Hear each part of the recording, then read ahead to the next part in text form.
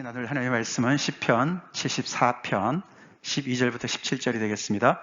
제목은 낮도 주의 것, 밤도 주의 것이라는 제목으로 말씀을 같이 나누기 원합니다. 우리 같이 본문을 먼저 읽겠습니다. 시작. 하나님은 예로부터 나의 왕이시라. 사람에게 구원을 베푸셨나이다. 주께서 주의 능력으로 바다를 나누시고 물 가운데 용들의 머리를 깨뜨리셨으며 리워야단의 머리를 부수시고 그것을 사막에 사는 자에게 음식물로 주셨으며 주께서 바위를 쪼개어 큰 물을 내시며 주께서 늘 흐르는 강들을 마르게 하셨나이다. 낮도 주의 것이요 밤도 주의 것이라. 주께서 빛과 해를 마련하셨으며 주께서 땅의 경계를 정하시며 주께서 여름과 겨울을 만드셨나이다. 아멘.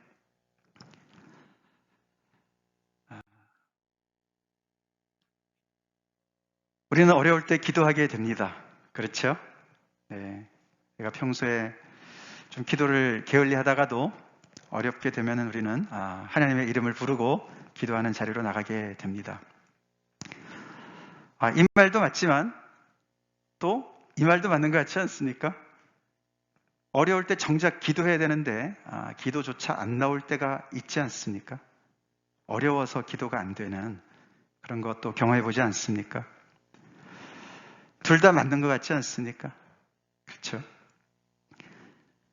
사실은 평소에 우리가 기도를 하다가도 정말 기도가 필요한 시간이 되어서 정말 기도해야 되는데 너무 기가 막혀서 너무너무 두렵고 무서워서 오히려 기도가 안 되고 낙심해서 주저앉아 있을 수가 있습니다. 우리가 특별히 이 팬데믹을 지나면서 많이 무력감 속에 있을 때 기도해야지 그러면서 기도를 오히려 더 못하는 그런 또 경우를 우리가 이렇게 경험하면서 이 말씀이 참 절감이 돼요. 그러나 우리가 잘 알지만 우리 예수님께서도 기도는 항상 해야 된다라고 말씀하셨어요. 그렇죠? 그래서 기도는 성도들이 열심히 훈련해야 되는 영적 훈련 중에 하나입니다. 우리가 올림픽 선수들도 훈련을 하잖아요. 그렇죠? 훈련은 마음 내킬 때 하고 싶지 않으면 안 하고 이런 게 아니잖아요. 그렇죠? 훈련은 훈련이에요. 싫어도 좋아도 계속 해야 되는 것. 기도가 바로 그런 것이라는 것이죠. 그래서 예수님께서 항상 기도해야 된다. 낭망치 말고 항상 기도하라고 누가복음 18장에서 비유로 말씀해 주셨고, 또 바울도 데살로니가 교회에다가 쉬지 말고 기도해라 그렇게 이야기한 것을 우리가 기억합니다. 쉬지 말고 기도해라. 삶이 편안하든 문제가 없든 삶이 너무너무 힘들고 어렵든 그 삶의 굴곡 속에서 계속 기도하라고 하나님의 말씀이 우리에게 경고하고 있습니다. 권면하고 있습니다. 우리가 이제 엊그저께부터 우리가 2월 말일까지 한 보름 정도 시편 말씀을 묵상하고 있습니다. 매일 성경을 통해서. 그래서 우리가 시편을 오늘 묵상하게 되는데요. 오늘 설교 제목과 연결해서 우리가 이렇게 생각해 본다면은 우리는 그래서 하나님께서 우리가 낮에도 기도하고 밤에도 기도하는 그런 성도로 살기를 원하시는 것을 알 수가 있어요. 특별히 이 한 2주간의 시편 말씀을 묵상하면서 우리 또한 다시 한번 기도의 자리로 나가는 은혜가 있길 간절히 기도합니다. 아멘. 낮의 기도는 뭐고 밤의 기도는 뭘까요? 당연히 말씀드린 대로 낮의 기도는 일이 잘 풀릴 때, 하나님께서 승리를 주셨을 때, 기도 응답을 해주셨을 때, 성경에 낮의 기도가 꽤 많이 나옵니다. 그렇죠? 그 중에 대표적인 걸 두 개만 골라본다면 출애굽기 15장에 나오는 모세의 노래가 있습니다. 하나님의 놀라우신 능력으로 홍해를 마른 땅처럼 가르시고 그 백성들을 다 안전하게 건너편으로 옮겨 놓으시고 쫓아왔던 그 모든 애굽의 그 군대들, 병거들을 다 다시 수장시키셔서 완전히 구원하신 그 사건 바로 직후에 모세가 백성들과 함께 하나님을 찬양하지 않습니까? 그것은 낮의 기도라고 할 수가 있어요. 승리의 기도입니다. 두보라도 우리가 사사기 5장에서 우리가 그때 묵상해봤지만, 가나안 그 왕 야빈이 그 땅을 20년 동안 통치했을 때 너무너무 힘들어했습니다. 그때 두보라가 하나님의 은혜로 그 적군을 물리치고 하나님 앞에 승전가를 불렀습니다. 사실 낮의 기도도 쉽지는 않아요. 그렇죠? 우리가 승리에 도취돼서 그 모든 승리를 자기의 영광으로, 사람에게 영광을 돌리기가 쉽습니다. 어떻게 하다 보니까 잘 됐겠지. 우리 하나님을 잊어버리기가 쉽습니다. 우리 낮의 기도를 잊지 말아야 되겠습니다. 근데 밤의 기도도 많이 나옵니다. 전에 한번 우리 박정숙 집사님이 저한테 성경에 기도가 많이 나오는데 그 기도를 통해서, 기도문을 통해서 기도를 배우고 싶다고, 그걸 한번 이렇게 정리해 놓은 책이 있나 이렇게 한번 저한테 물어보신 적 한번 있으세요? 그만큼 이제 성경에 다양한 기도들이 많이 나오죠. 시편을 빼고도 많이 나옵니다. 그 중에 우리가 이 밤중의 기도, 대표적인 것이 우리 엊그저께 이틀 동안 묵상한 73편과 오늘 우리가 묵상할 74편이 밤중의 기도입니다. 대표적인 기도예요. 73편은 개인의 위기 속에서 기도하는 겁니다. 하나님을 신실하게 믿는 이 시편 기자가 세상을 보니까 악인들이 더 잘 살아요. 더 형통해요. 아무런 문제가 없어요. 그래서 시험이 확 들었습니다. 내가 하나님 헛되이 믿는 거 아닌가? 하나님 믿어도 헛된 거 아닌가? 나는 맨날 재난밖에 없고 고난밖에 없는데 하나님 무시하고 저렇게 막 살아가는 사람들은 잘 사는데 도대체 뭔가라고 심하게 시험이 들어있었던 사람의 이야기가 나오지 않았습니까? 그러다가 하나님의 성소에 들어가서야 그들의 결말을 보면서, 종말을 보면서 내가 큰일 날 뻔했구나. 내가 실언할 뻔했구나. 그때 시험 든 그 이야기로 내가 주의 아들들한테 하나님 섬겨도 아무 소용없어 라고 말할 뻔했는데, 그랬다면 정말 내가 이 공동체 치명타를 정말 입히고 큰 정말 악행을 행할 뻔했구나. 큰일 날 뻔했다라고 고백을 하는 반전의 이야기가 73편이었습니다. 73편은 개인의 위기입니다. 거기에 짝해서 74편, 오늘 우리가 중간 토막을 읽었지만 이것은 공동체에 닥친 위기예요. 밤의 기도입니다. 밤의 기도입니다.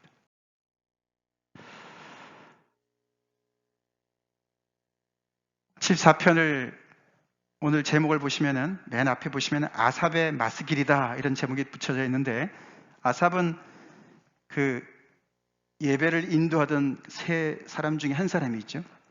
그래서 레위인으로서 예배를 인도하던 찬양 인도자였습니다. 이 사람이 혼자 기도하는 것이 아니에요.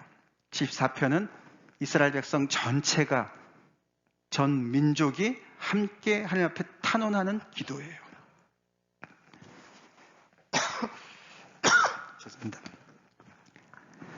그래서 이 기도의 손이 하나 가지는 모자라요. 함께 기도합니다. 왜냐하면 이 위기는 마치 팬데믹과 같이 모든 민족들한테 다 임한 위기였기 때문에 그랬습니다. 너무 길어서 제가 전체를 다 우리가 읽지 못했지만, 우리가 읽은 이 중간 부분은, 사실 그 중간 부분을 빼놓으면은 앞뒤로 이렇게 탄원의 기도가 나와 있습니다. 1절부터 11절까지 탄원 1이 나오고, 그 다음에 18절부터 23절까지 탄원 2가 나옵니다. 사실 오늘 우리가 읽은 이 12절부터 17절의 말씀을 빼놔도 전체가 탄원으로 다 연결되어질 것 같은데 왜 끼어있나 생각이 좀 드는 것 같아요. 그렇죠? 근데 우리가 잘 전체를 읽어보면은 이 12절과 17절 사이에 있는 내용이 사실은 탄원 1과 탄원 2를 이렇게 가능하게 만들어 줍니다. 12절부터 17절까지의 내용이 있기 때문에 1절부터 11절의 그런 탄원을 할 수 있고, 그 다음에 그 12절부터 17절의 그 중간 내용이 있기 때문에 뒤에 탄원 2가 가능한 것을 볼 수가 있다는 말이에요. 그래서 제가 중간 부분만 이렇게 취해서 오늘 우리가 같이 읽었습니다. 제가 거기에다가 제목을 붙여줬는데요. 기도 항울제다. 항울제다. 항울제 아시죠? 예, 우울증 치료제라는 말이에요. 밤중에 기도가 너무 힘들기 때문에 우울증에 걸려 있는 것처럼 기도는 해야 되는데 너무 무력한 그 상황, 그것을 치료해주는 항울제 역할을 하는 것이 오늘 우리가 같이 읽은 본문 말씀이라는 거예요. 12절부터 17절이 항울제로서 이 백성들에게 힘을 주고 이렇게 기도를 가능하게 하는 내용입니다. 거기서 힘을 얻어서 이 1절부터 11절의 내용은 그래 너무너무 처참한 그런 현실을 다시 보게 하는 힘을 줍니다. 너무 외면하고 싶고 잊어버리고 싶고 다시는 떠올리고 싶지 않은 그런 엄청난 참담한 현실을 보는 거예요. 그래서 과거를 회상합니다. 어떤 기도의 인도자가 이 전체를 기도를 하지만 그러나 모든 백성들이 다 함께 한 목소리로 한 마음으로 이것을 기도하는 거죠. 그래서 처참한 현실을 토로하는데 거기에 이 탄원시의 대표적인 표현이 나오죠. 어찌하여 그 1절이 이렇게 나오죠. 하나님이여 주께서 어찌하여 우리를 영원히 버리시나이까. 어찌하여 우리를 버리셨습니까? 그리고 언제까지 하나님 이렇게 침묵하시고 우리를 돌보지 않으시고 우리를 이렇게 내팽겨쳐 놓으실 겁니까? 그렇게 이 기도 항울제를 통해서 힘을 얻고 그 너무나 참담한 자기들의 현실, 과거에 일어난 일이고 지금도 계속 그 여파를 정말 그 여파가 미치고 있는, 그래서 아마도 이 시편 기자가 바벨론 포로에 끌려간 상태에서 기도했다고 볼 수가 있어요. 근데 그것을 마치 지금 경험하는 것처럼 생생하게 표현을 합니다.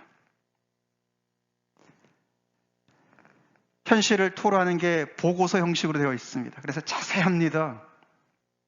원수들이 어떻게 그 땅에, 시온 땅에 들어와서 그 땅을 멸하고 그들의 가장 중심부인 성전을 완전히 회파했는지를 무슨 도구를 사용해서 도끼와 철퇴로 모든 성소의 기물들을 다 파괴해버리고, 그것도 모자라서 우리 하나님의 백성들이 모이는 회당까지 다 불살라버리고 성전을 다 불살라버리고 하나님을 비방하고 능욕했습니다. 그 얘기를 자세하게 생생하게 표현을 합니다. 하나님이 모르셔서 그런 것이 아니죠. 목적이 뭘까요? 부모님이 자녀들을 사랑하시는데 사랑하는 자녀가 당하고 있는 것을 그냥 보고만 있는 부모님 없으세요, 그렇죠? 그러니까 이렇게 자세하게 얘기한 건 뭐죠? 하나님, 우리가 당신에게 어떤 존재입니까? 여기 보면은 우리는 주께서 기르시는 양이 아닙니까? 우리를 옛적부터 우리를 얻으시고 애굽 땅에서부터 건져내셔서 우리를 속량하시고 우리 하나님의 백성의 기업으로 삼으시고 우리를 여기까지 인도하신 하나님의 것인데, 하나님의 회중인데, 하나님의 자녀들인데 하나님 자존심도 없으세요? 뭐 이런 말을 하는 거예요. 하나님 자존심도 없으세요? 가만히 보고만 계실 거예요.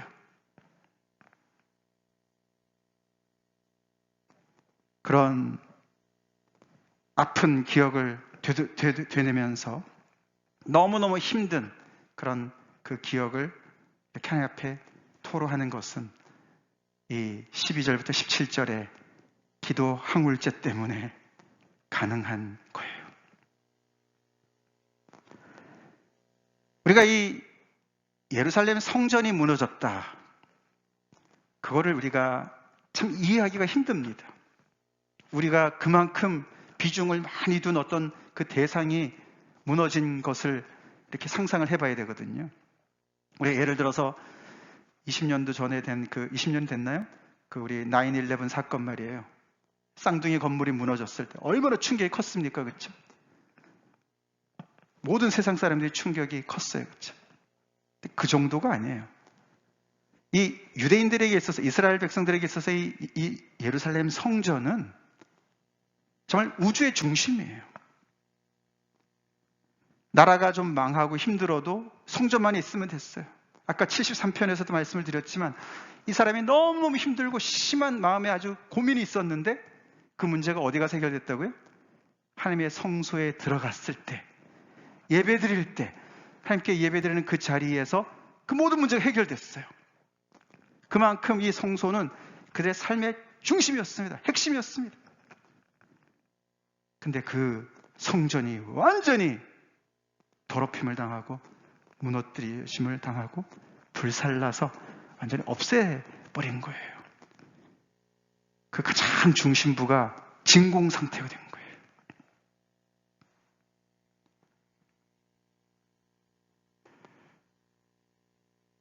그러니 기도가 안 나오죠. 그렇죠? 기도가 안 나옵니다. 기도를 해야 되는데 뭘 어떻게 기도해야 됩니까? 그렇죠?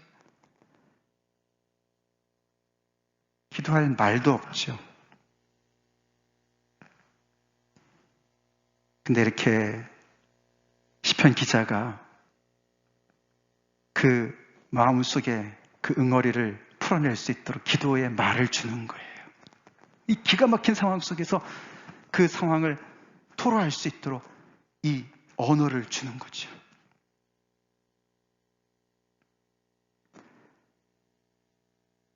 자, 그러나 이 기도 항울죄는 그것만 하지 않습니다. 그렇죠? 결국은 그렇게 현실을 바라보지만 너무나 정말 불가능한, 다시 돌이킬 수 없는 그런 완전한 실패와 좌절 속에서, 두려움 속에서 그들은 계속해서 18절부터 23절까지를 보면은 그들은 거기에서도 변화를 꿈꿉니다.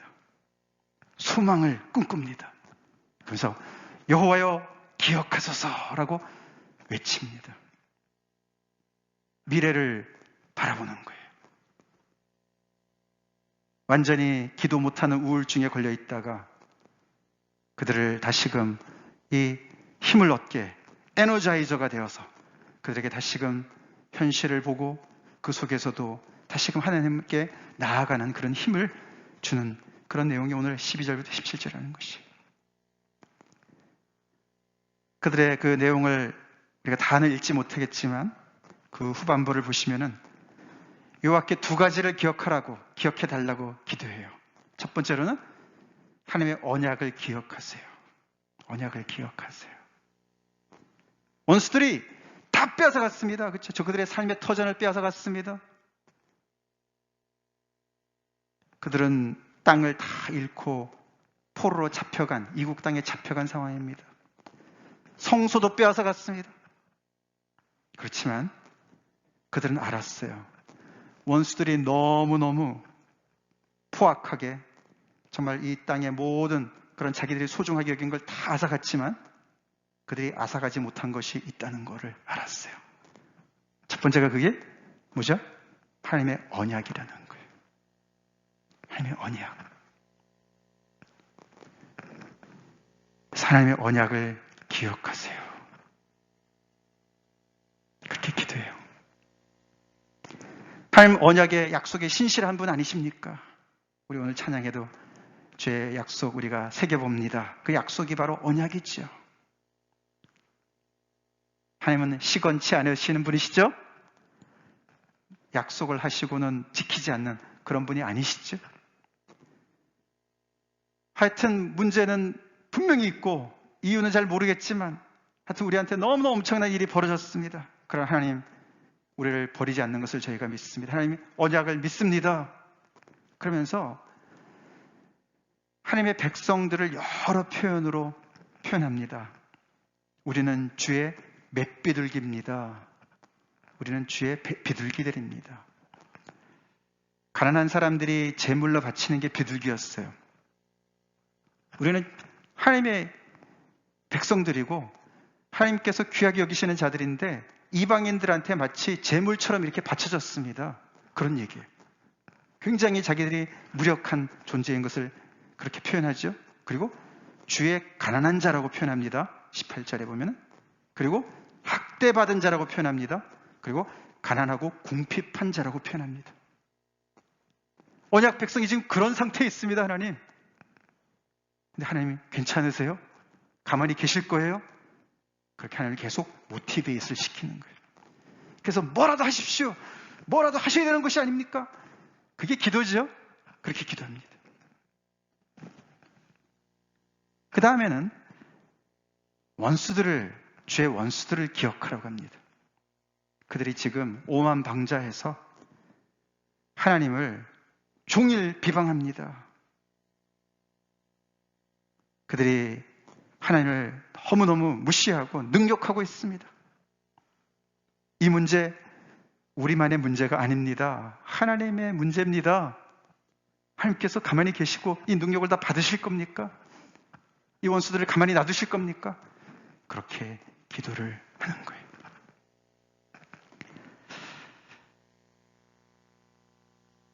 이들이 얼마나 오래 걸려서 이런 기도를 했는지 모르지만 지금은 분명히 기도하는 거예요. 원수들이 아무리 그들에게 포악한 짓을 많이 했고 정말 말로 표현할 수 없는 그런 엄청난 피해를 입히고 많은 가족들을 생명을 앗아가고 그 땅을 완전히 초토화시켜서 너무너무 두려운 상황 속에서도 그 원수들은 이들의 기도를 빼앗아갈 수가 없었어요. 이들은 이 기도로 저항하고 있는 겁니다. 아멘? 저항하고 있는 거예요. 기도로 저항하고 있어요. 너네가 다 빼앗아가도 하나님과 우리의 관계는 빼앗아갈 수 없어. 너네가 성소는 빼앗았을지 몰라도 하나님은 빼앗아갈 수 없어. 우리 하나님 붙잡고 있어. 라고 정신을 차리는 거예요. 그렇게 앞뒤로 탄원할 수 있도록 해준 내용이 바로 오늘 본문 말씀인데 12절부터 17절 아까 읽었죠? 다시 한번 읽으십시오. 무슨 내용이 도대체 있나?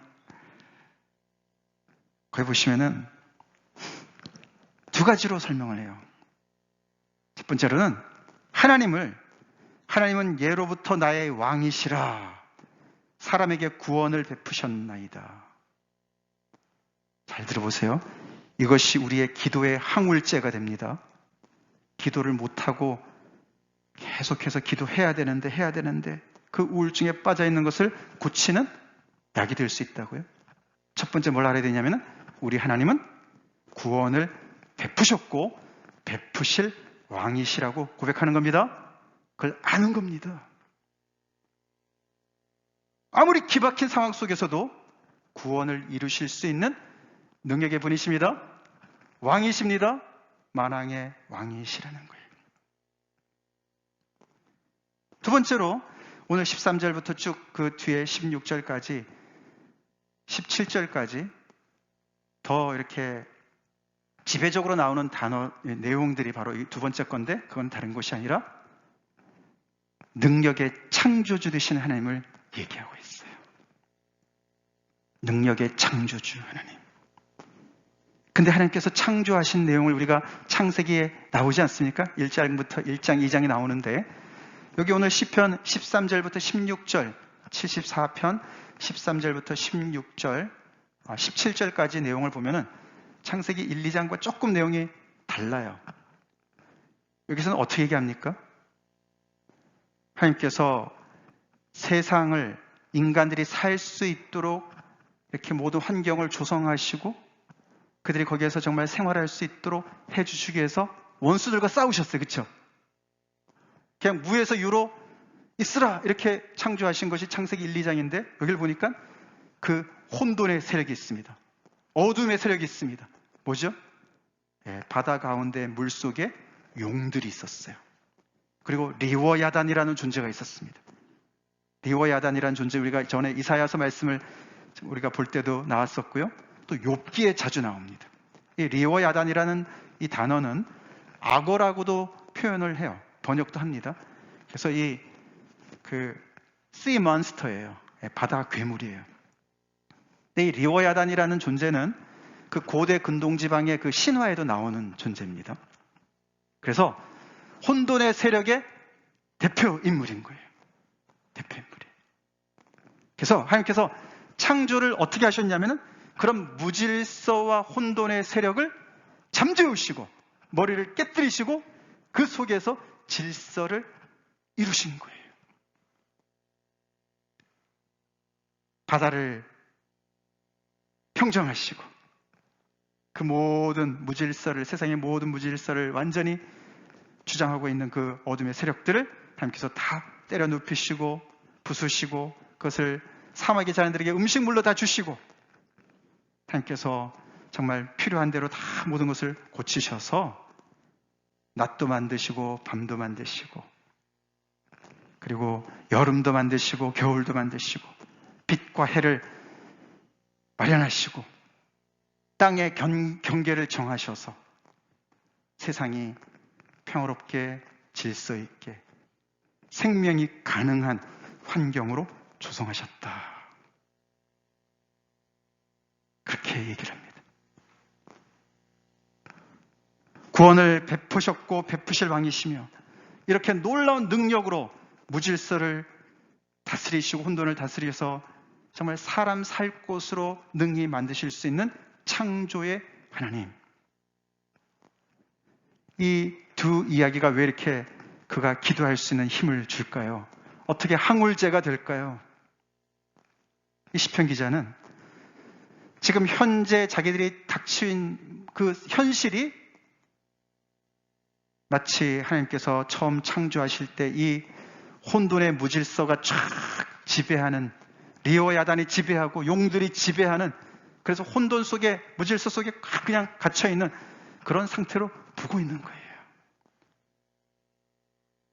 그렇지만 그래서 우리가 성소도 잃고 우리 나라도 잃고 사랑하는 사람들 다 잃고 정말 제자리에 있어야 될 것이 하나도 제자리에 있지 않는 그런 너무나 뒤죽박죽된 혼돈된 그런 현실 속에 하나님 전에도 그렇게 하셨는데 출애굽 때도 구원하셨고 창조 때도 그 무질서를 다 창조를 하신 주님께서 지금 우리 삶에 있는 이 무질서를 다시 질서로 혼돈을 온전한 하나님의 그런 평강으로 질서로 회복시켜 주세요 라고 바라보는 거예요. 다시 말해서 하나님은 이 야훼 하나님은 여호와라는 이름이 원래 야훼죠. 야훼. 언약의 이름이죠. 언약의 이름. 그 야훼 하나님은 무질서를 싫어하십니다. 혼돈을 싫어하십니다. 혼돈의 세력은 하나님의 창조를 역행하는 역창조의 기능을 가지고 있기 때문에 하나님 그들을 원수로 삼으십니다. 아멘. 그걸 잘 알기 때문에 하나님이 그런 분이신 걸 성품을 아니까 그 하나님의 성품을 묵상하면 묵상할수록 하나님이 이 상황을 그만 보고만 계시진 않겠구나. 우리가 닥친 이 모든 이 상황을 하나님께서는 엄청난 지금 혼돈과 무질서로 보시겠구나. 그것이 바로 하나님을 대적하는 일인 것을 하나님께서 분명히 알고 계시겠구나. 그래서 이것이 우리한테 지금 너무나 불이익이 되고 우리한테 아픔이 되고 고통이 되는 것 이상으로 하나님의 창조의 세계에 대한 도전이구나 아는 거예요. 그래서 거기서 힘을 얻고 이 현실들을 다시 생생하게 되뇌면서 하나님께 말씀을 드리고 하나님의 언약을 되뇌고 이 원수들, 기고만장한 이 원수들을 다시금 하나님 앞에 고발하면서 하나님께서 분명히 뭔가를 하실 줄로 믿습니다 라고 소망을 갖게 된다는 거예요.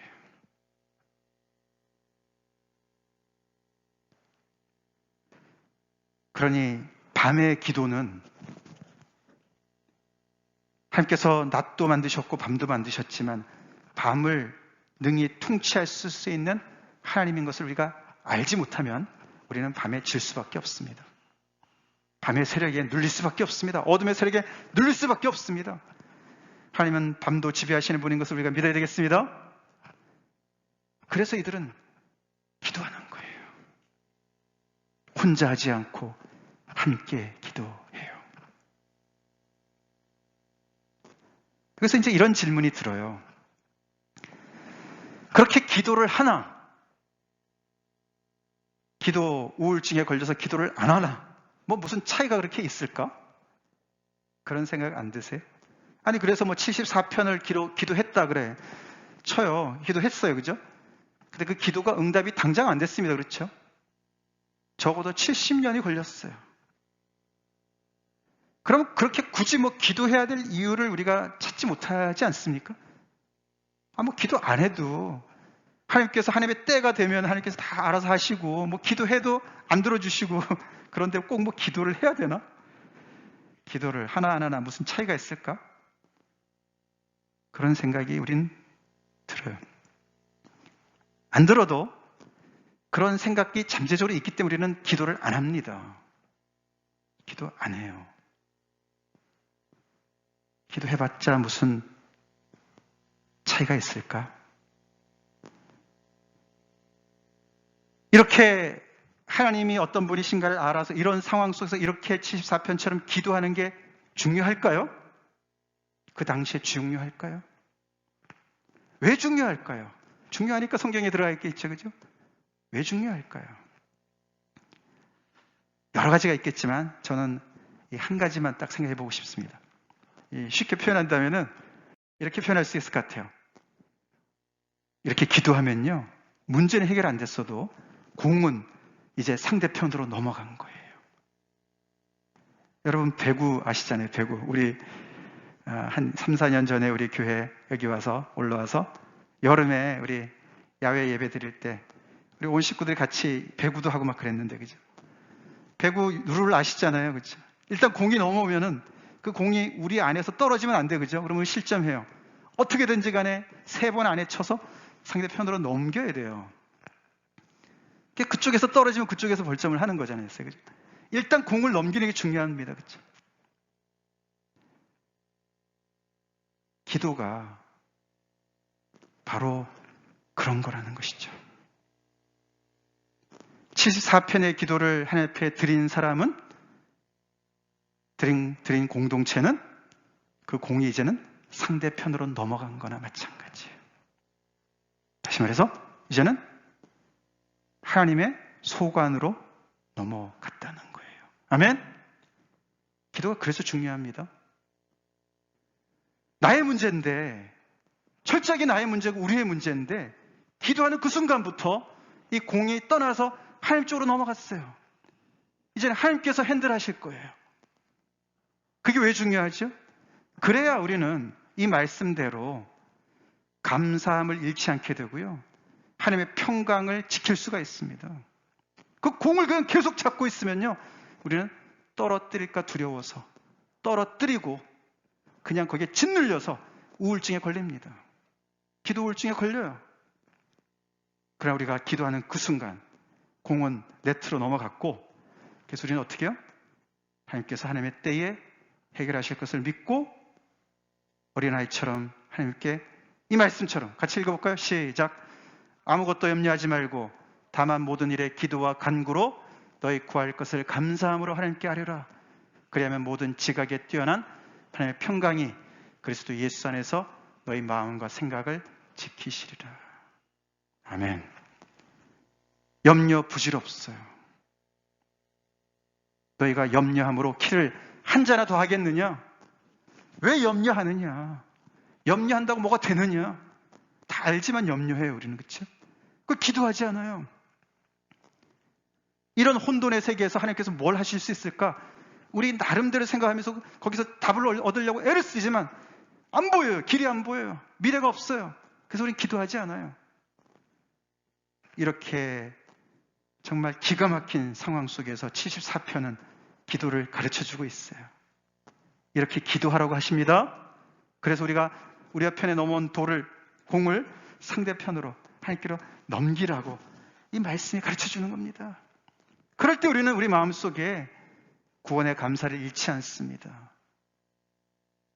우리의 현실의 문제에 짓눌려서 우리의 생각과 마음이 점점 더 상하고 정말 정신적으로 피해를 입고 우울증에 걸리지 않게 되는 거예요. 이상하게 놀랄이 많지 정말 모든 지각에 뛰어난, 우리의 모든 지각으로 이해를 할 수 없는 그런 뜻이죠. 우리 지각을 뛰어넘는, 이해가 안 되는 그런 하나님의 평강이 나를 탁 잡고 있는 거예요. 직장 위에서도 우리 수지자매 이제 어플라이 해야 되는데 하나님께서 마음의 평강을 주시고 열심히 공부하고 찾아보기 바랍니다. 우리 각자의 마음속에 주님의 그리스도의 평강이, 하나님의 평강이 다스릴 수 있도록 우리 기도합시다. 기도 안 하면 짓눌려요. 밤의 세력에 짓눌립니다. 리오야단에 짓눌립니다. 용들의 세력에 짓눌립니다.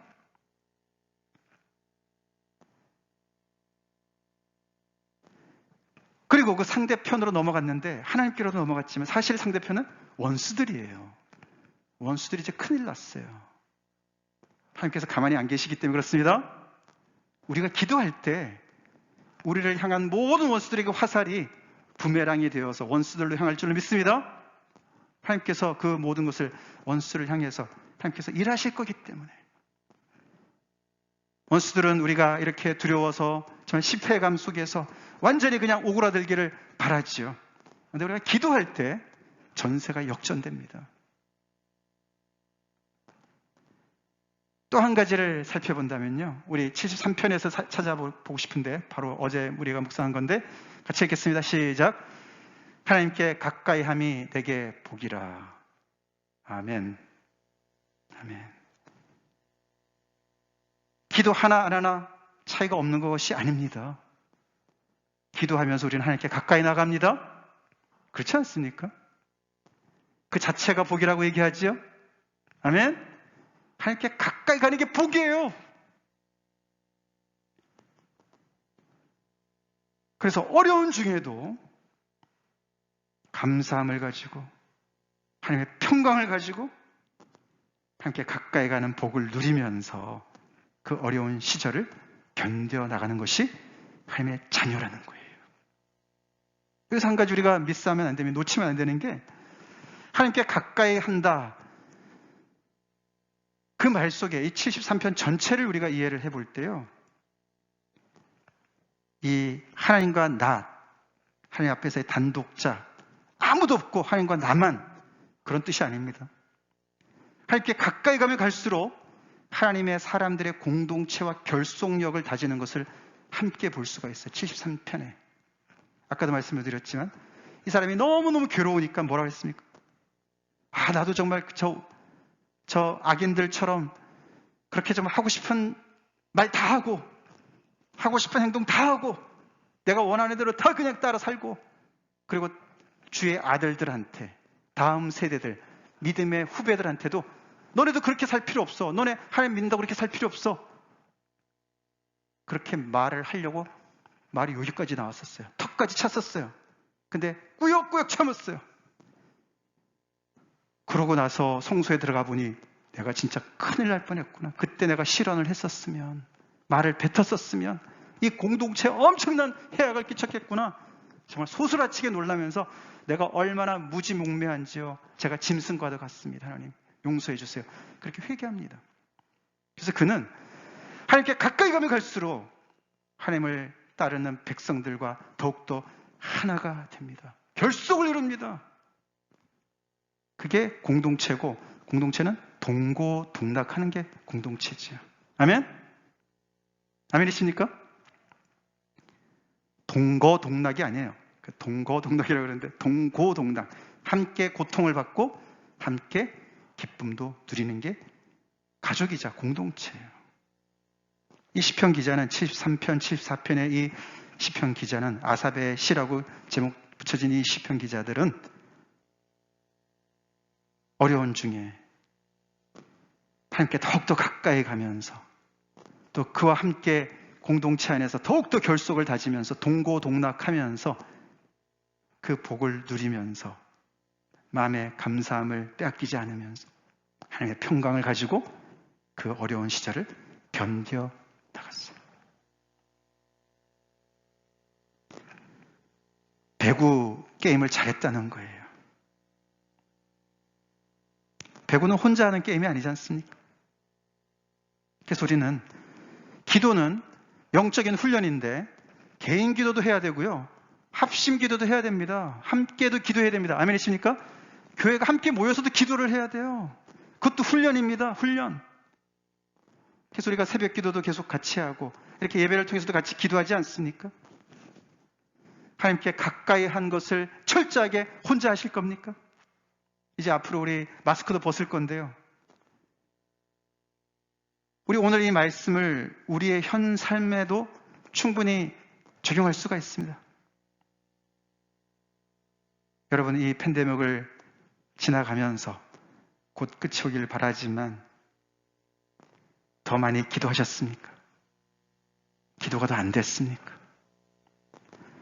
기도의 항울자가 필요한 거 아닙니까?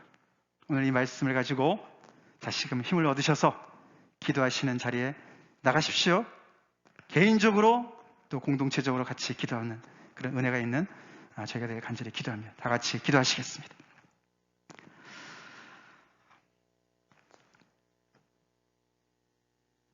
문제를 떠안고만 계십니까? 기도하심으로 공을 상대편으로 넘깁시다. 하나님께로. 물론 그래서 나를 무너뜨리려고 하는 원수들에게라. 그래 우리는 인생을 낭비하지 않습니다. 할 일이 얼마나 많은데 문제에 갇혀서 우리는 에너지를 낭비하고 있습니다. 감사를 다 잃고 영혼이 병들어갑니다. 시들어갑니다.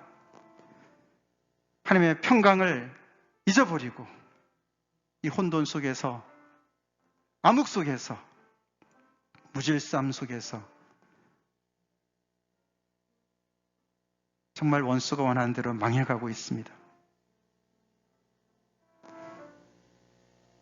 하나님 우리의 왕 되셔서 능히 구원을 베푸실 수 있고 창조주 되셔서 능력으로 모든 혼돈의 세력을 증오하시면서 미워하시면서 무질서를 미워하시면서 그 속에 질서를 세워나가시고 화평을 세워나가실 수 있는 그런 하나님인 것을 우리가 믿습니까? 현재 우리의 삶에 얼마나 많은 무질서가 있습니까? 불확실함이 있습니까? 오늘 이 말씀을 가지고 우리 기도의 우울증이 치료되는 거 아닙니까? 그래서 우리 덮어뒀던 문제들 다시 기도하고 그 속에서 소망을 볼 수 있어야 되는 거 아닙니까? 변화를 위해서 하나님께 기도해야 되는 거 아닙니까?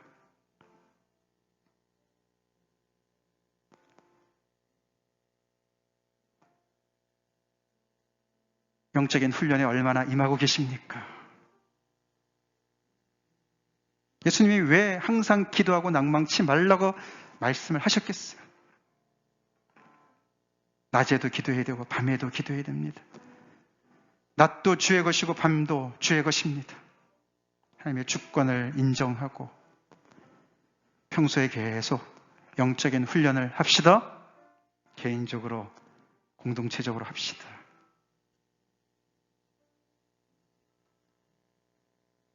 그렇게 기도하면서 우리 건강하게 주님 따라갑시다. 영, 혼, 육이 건강하게. 신앙생활하는 데 있어서 정신도 굉장히 중요합니다.